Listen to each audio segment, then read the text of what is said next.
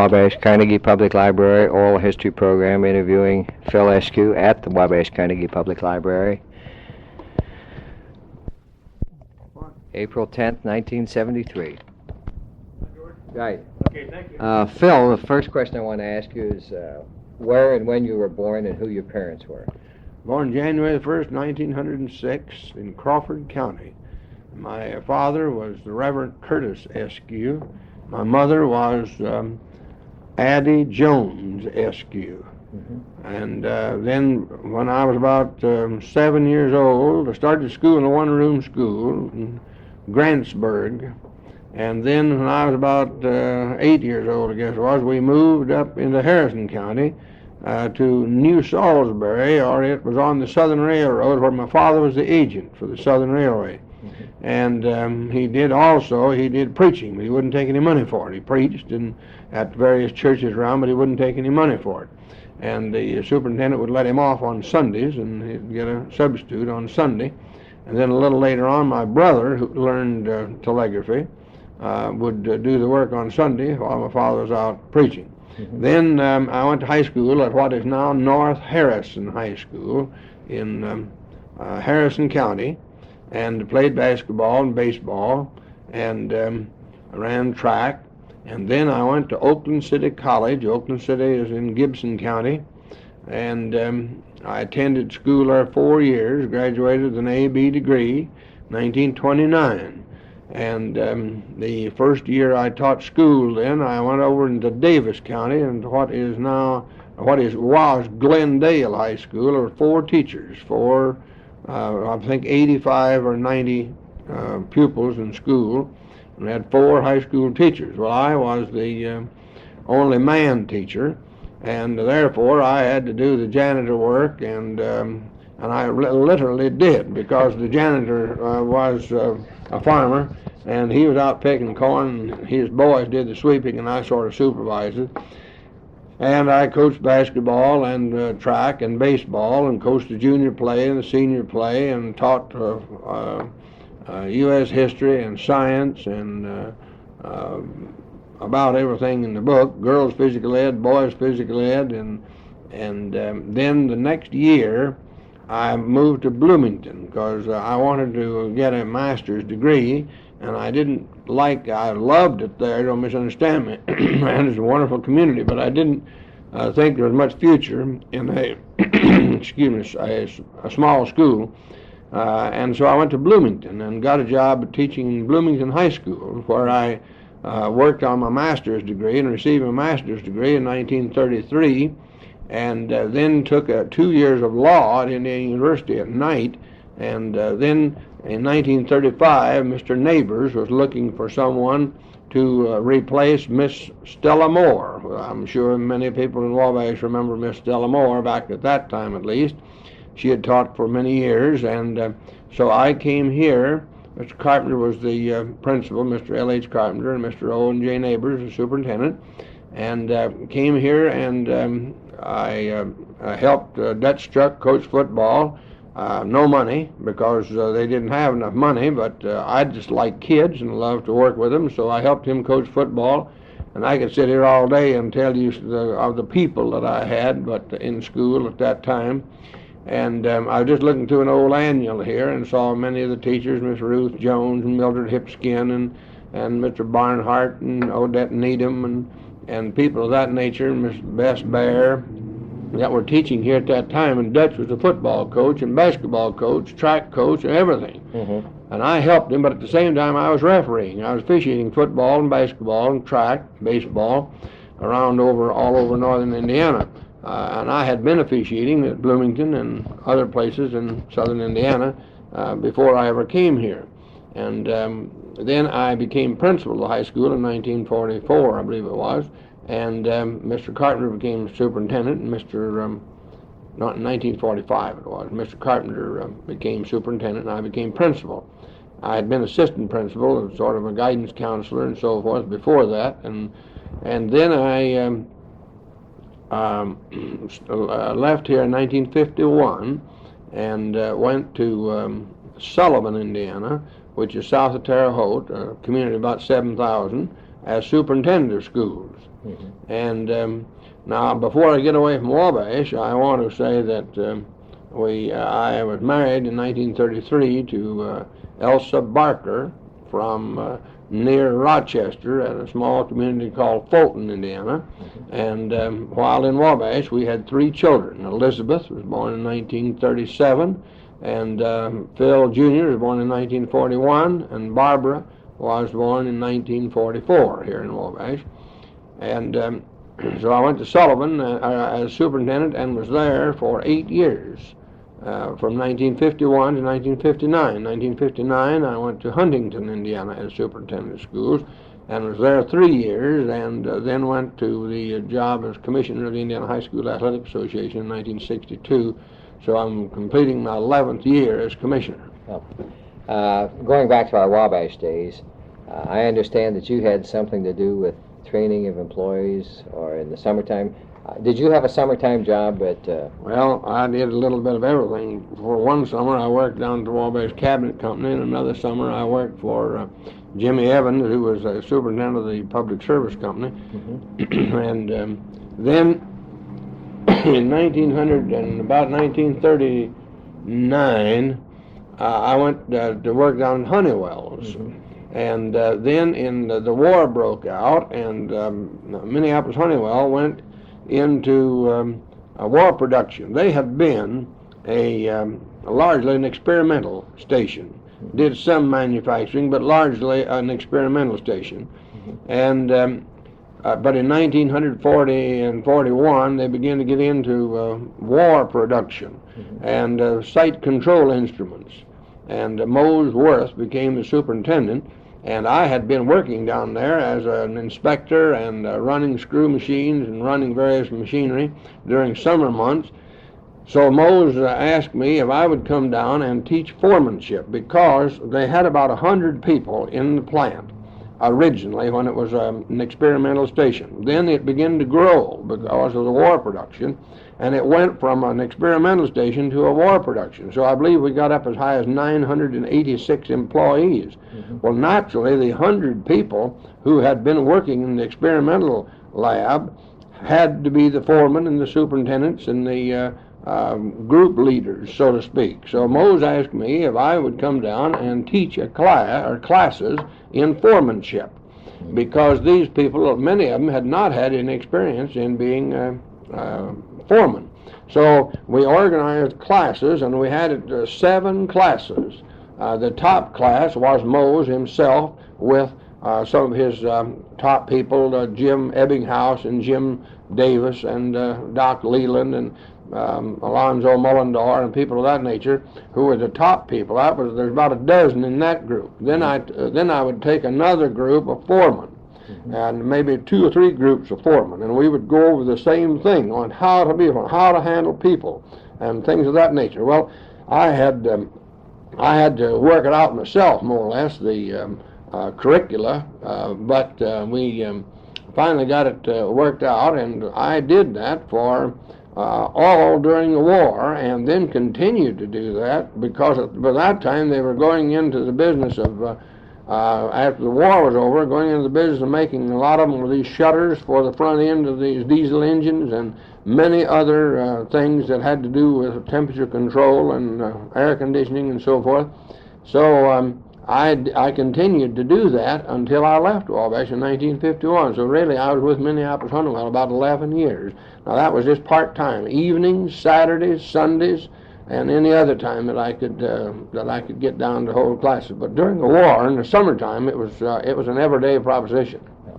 Was the machine shop at the high school being utilized for any war work at this time also? No.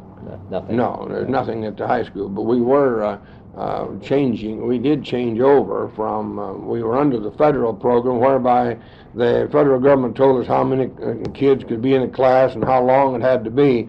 Well, we could utilize the shop much better by doing it our way, so we went over and did away with the federal support and did it the way we wanted to, because that way we could run almost twice as many high school students through the machine shop, and we were needing all of them naturally that we could get. Yeah. Was Mr. Honeywell still active in the business? Very active, very active. I knew him very well. A fine gentleman, a brilliant man, and I was with him most of the time when he was building the Honeywell Center, and I made many, many trips down there with him from the where the plant used to be down to the Honeywell Memorial Building. As you know, a beautiful building. Of course, everyone has alluded to the fact that Mr. Honeywell was a perfectionist. What were your impressions along these lines? Very definitely. That is the thing I think that made him what he was. Mr. Honeywell was a sincere man and a dedicated man and a perfectionist. It had to be right. I've talked to people who were in the plant when he started the plant. There were some of them still there. Lem Jacobs was one of them. And I believe there were two other men in the plant at the time with him, in the business with him, and they had made a mistake on a spring, on the spring wound motor. There was one small spring on the inside of this motor that was not perfected right, and Mr. Honeywell called in every one of those motors and paid the freight on them, and repaired them and paid the freight back to the person who had purchased them. And I think that is one of the things that stood out in my mind. A man would go to all that expense and almost went broke by doing that. In fact, couldn't pay all the help but half of the wages. But he said, eventually I will. But it had to be right, and I think we need that kind of people, more of that kind of people today. I mean, there was no halfway job with Mr. Honeywell. Yeah. Do you remember any funny incidents with Mr. Honeywell? Well, Mr. Honeywell had, I think, a keen sense of humor, although he was so busy making these things, perfecting the things. I remember one time that he and I were walking down the street, and I don't say this in a boastful way, but I love people, and I know people, and I knew practically everybody in town when I was here. And I'd had many of the, all of the high school children in school at some time or another. And as we were walking one day from the plant down to the Honeywell Memorial Building when it was being constructed, well, I met a couple of kids on the street, and they said, hi, Mr. Eskew, and they were little fellows, even in grade school, but I just happened to know them, and they'd always speak to me, and I guess I'm the kind of a person maybe that people will speak to because I like people and I speak to people. And Mr. Honeywell said, Phil, he said, if I would write a check for $1 million if people would speak to me the way they speak to you. Well, I've always remembered that, and I said, well, Mr. Honeywell, you have spent your lifetime in perfecting things and making a success of your business, and no doubt you are one of the most successful men in America. Now, that's not just in Wabash, but he was recognized all over the United States, as you well know, as a very successful and brilliant industrialist. But I said, I have never, I have to make a living, but I have never had the opportunity to do the things that you have done. But I do love kids, and that happens to be my long suit. And if I have made a contribution in Wabash to the young people, I'm happy. And you have made a great contribution to America in your industrial life. So there's a difference in people. But he enjoyed people, but yet naturally you take a man in his position, people just don't drop in and see him like they would an ordinary person like me. People would come to my house and sit down and visit, but you wouldn't go to Mr. Honeywell's home, not because you weren't welcome, but because of his status. I mean, and he was busy, and so I think in a way he was a sort of maybe he was lonesome man in a way because of this very thing, but nothing of his doing, but just his position. Yeah. Did you ever see him get mad? No, I never did. Now, I have seen him become disturbed, and I have seen him say, boys, this is not right, and it must be right or else. Now, I could tell you a story. I don't know how much you want on this tape, but I could tell you a story that I thought was quite interesting. One afternoon, they came in here with the men from the military came in here and said, we want to talk to these people. So I happened to be invited in with these 12 or 13, 15 top people and 2 or 3 army men. They were having trouble in North Africa with a gun sight that the German tanks could see and hit a tank of ours before we could get close enough in the sight to see it. They had captured one of those and brought it back over here. And they went to several places and said, where can we get these made? We have to have 150, I believe it was, of these before a certain date. And they took it to many of the plants, and they said, there is no way. And one man said, well, I know a plant in Wabash, Indiana, that if anybody can do it, they'll do it. Now, he said they're a small plant, comparatively, I'm talking about, in comparison to some of the larger plants. Said, this plant will do it, if it can be done. So they brought it in here, and so we all looked it over, and so they said, will you do it? They said, well, if we do, we have to have machinery. He said, you tell us the machinery you want, and the materials you want, and we'll have it here. And it was, as I remember it, I can't think of the name of it. It was about 2 feet long. It was a large sight that fit on a tank. Well, I'm sure that some of the people, they could tell you the very number. I've forgotten it offhand. We worked all night on this thing to try to get to the specifications, and we finally got them worked out, and they began to bring machinery in here within 2 or 3 days. Well, we worked on that, and nobody knew why there was such a hurry, but it had to be done by a certain time, and I believe it was 150 or maybe 200 of them. Well, we got from Bosch and Lohm, we got the glass, and we started to make them and started to put them together, and of course they had to be, again, perfect. There could not be one speck of dust, you know what I mean, in there, because that would throw the whole thing off. And of course we air conditioned the room and got that all ready to assemble them. And to make a long story short, we got, I believe, all of them but 20 assembled. And as we got those assembled, they would ship them out just a minute that we got them done. But we had them, all the parts except the glass, and they couldn't get us the glass for these 20. Mm-hmm. But we finally got the glass for the 20, and the minute we got those done, they were about 5 or 6 days after the deadline. Mm-hmm. And so we found out later, they came in and got them and flew them out of here. There was 20 or whatever it was that was left. And we found out later that they flew those out into the middle of the Atlantic Ocean to catch the fleet that was going over, and this was where they made the invasion of South Africa. Mm-hmm. And this was the plant that made those, made the gun sights, the fire control instruments that went on the tanks that went into invaded South Africa and southern Italy. Yeah. And to me, it was quite an interesting experience. It would be. How about Phil Magner? What was his role in Mr. Honeywell's operations? Phil Magner, Senior, I'm talking about. Phil Magner had been a science teacher at Wabash High School and was on the Board of Education when I came here. Mm-hmm. But he was working for Honeywell, and he was his role at the time was in experimental things, but then when we went into the war production, why, he played a very important role in the fact that he was with all of his physics background and chemistry background, was very important in the as I say, the scientific angle of making these various controls. And then he also was very instrumental, I think, in developing the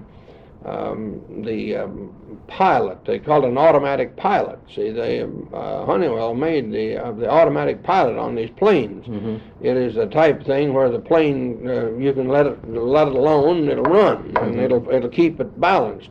Mm-hmm. And he was instrumental in that, and he was just more or less of a general He was not the head of any particular department, I don't think, because of his vast knowledge in science, that he helped out wherever he was needed. Mm-hmm. But Phil was a very unusual fellow and a tireless worker. I mean, hours meant nothing to Phil. It was 2 o'clock in the morning or 4, and up the next morning at 5. It had nothing to do with it. There was a job to be done, while Phil Magner was one that you could depend on doing.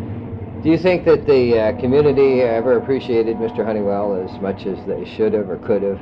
Well, I don't think they appreciated him as much as I appreciated him, because I have lived in other communities and I know the contribution he made. Mm-hmm. Now, I was one thing I was sad about. I tried to talk to him in the notion of leaving some money for and they did leave, of course, to the Honeywell Foundation, but I tried to get him to set up a scholarship fund, and by that I mean a revolving fund whereby the interest off of the money that he would put into a foundation would pay so many scholarships, because I had found out that over at Muncie a man left a lot of money that way, and at one time had 34 young people in college that could not afford to go to college otherwise, and they had set it up so that the principals of the county and the superintendents were the committee that selected the individuals. And I said, here you could let all the principals of the high schools in the county, and you could have the superintendents on a committee, and maybe somebody from the bank or from the foundation on the committee to select them. But he never got around to it. I don't think it was because he didn't want to, but he was a busy man, as you know, and he could have very easily left a foundation that would have supported many young people, to given them an opportunity to go to college that otherwise would have never had the opportunity. Did you know the first Mrs. Honeywell?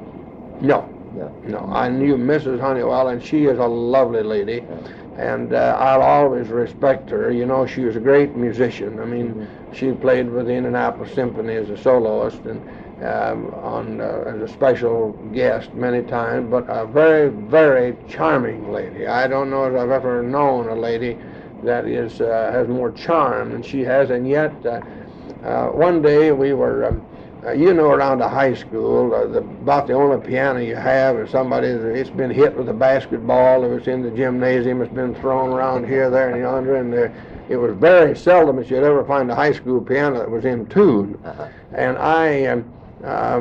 you see, we did not have an auditorium. We had our convocations in the gymnasium, which is bad because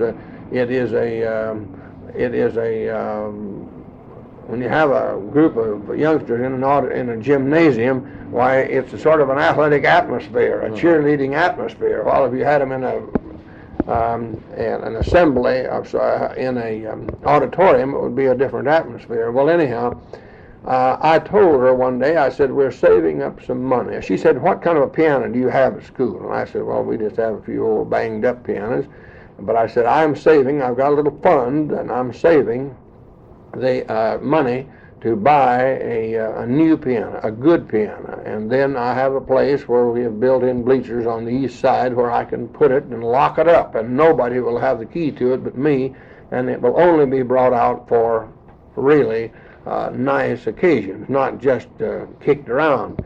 And she said, well, how much money do you have? I said, well, I don't know, but I think I have around $500 or $600 in this fund now. And she said, well, you couldn't get too good a piano. Of course, now remember, this was during the war days, and the good pianos were not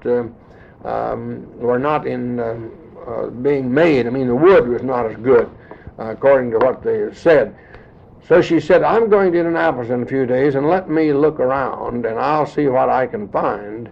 Well, about a week later, she called me up, and she said, Mr. Eskew, I have a piano, a Kanabe, that is a rebuilt, and it is one of the finest pianos made. And of course, the material in it is top notch, and it's all remade, and new pads and everything is done, and it's just like new. It's really better than a new piano.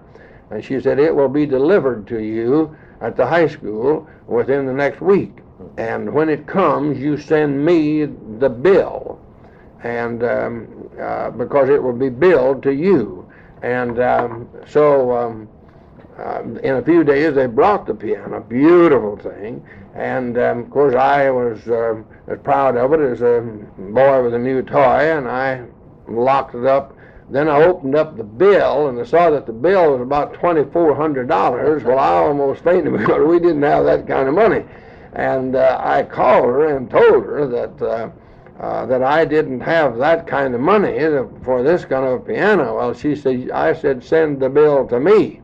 And says, you use your money on something else, but send me the bill. She's just that kind of a lady. And, of course, I tried every way to get her to come out and play at a convocation for us, but she was busy and not in practice at that time. Of course, the type musician she was, why, they have to be, it has to be perfect, and I don't blame her.